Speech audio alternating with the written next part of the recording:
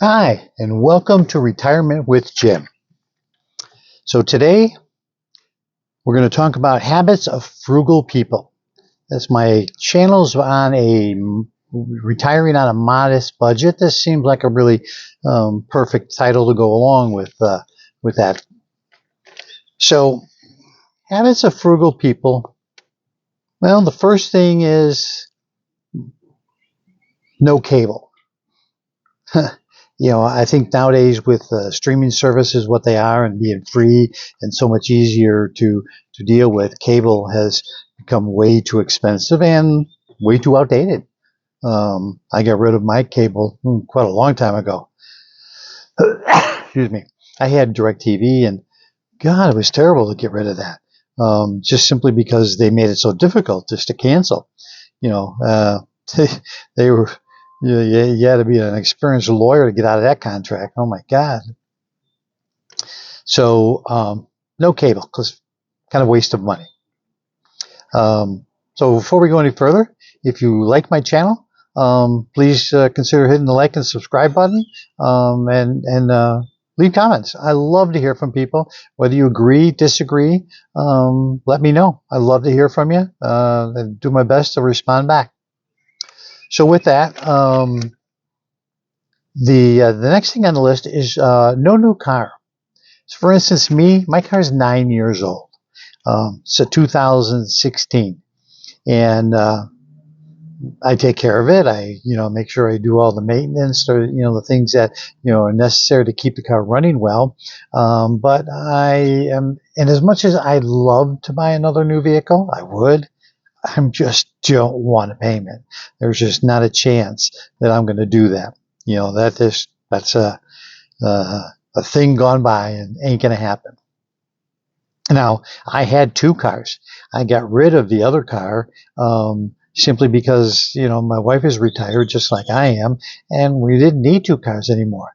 And there was a tough one to give up. I didn't really want to give up the car. But I had a nice convertible Mustang. I live in the Southwest Phoenix area. Having a convertible was a great thing. But it made sense. It was the older car, and so I kept the newer one with the less miles, and went from there. So I'm not having to do the upkeep on that vehicle. I am not having to do any of the maintenance and the gas, and especially the insurance. Insurance nowadays has gotten to be so ridiculous. They are just, gouging the heck out of everyone when it comes to insurance. And it doesn't matter if you're, a good driver and you had no accidents, no claims. You're inadvertently paying for people who are bad because they need to keep their profit levels up, and they do it by penalizing all of us who are good. So no new car and no second car. Next thing on the list, expensive hobbies. The thing that comes to mind is a boat. I used to own a boat. I got rid of it, quite a few years back. And it's wonderful to have. It's a great toy and a lot of fun, but it is something you are going to pour money into. So, whether it's, storage of the boat, and then just use and the gas and the upkeep, it's an expensive hobby to have. Granted, it's an enjoyable one. I love boating.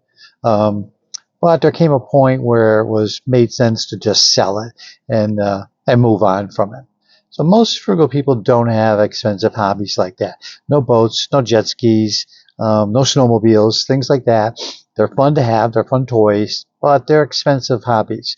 That not just require the time, but then all of the upkeep and the money that is necessary for them. Next on the list is designer clothes, designer products. Now you can see me in my Hawaiian shirts. They're not designer. They're just Hawaiian shirts. I don't spend, a lot of money on designer clothes. Never have. Just doesn't make sense. I want to dress nice and look nice and have nice things. But I don't want to pay the expensive price that goes with designer items. So it's something that take a good look at and I kind of avoid. Next thing on the list is the extended warranties. Now, extended warranties, okay, they are something that they kind of talk you into.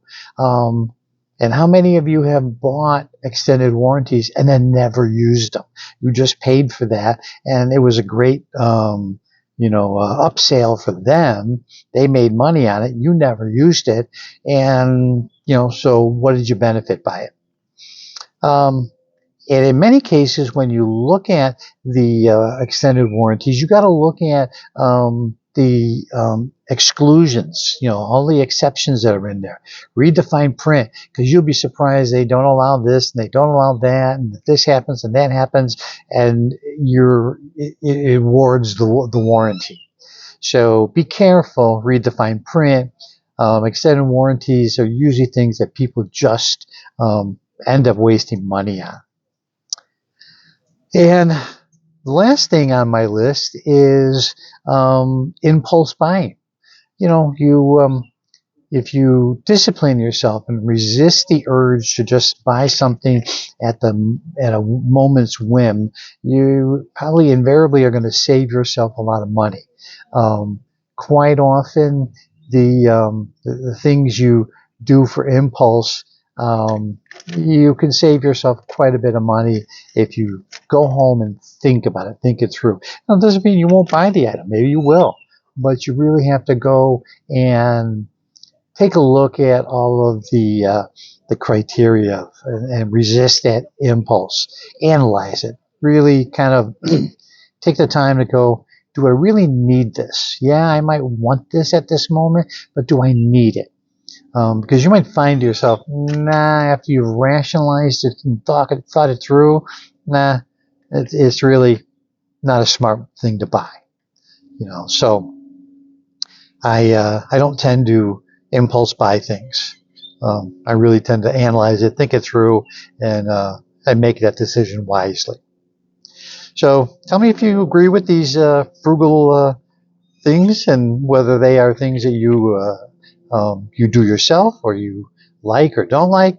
So with that, I'm going to call it a day, and I will see you in the next one.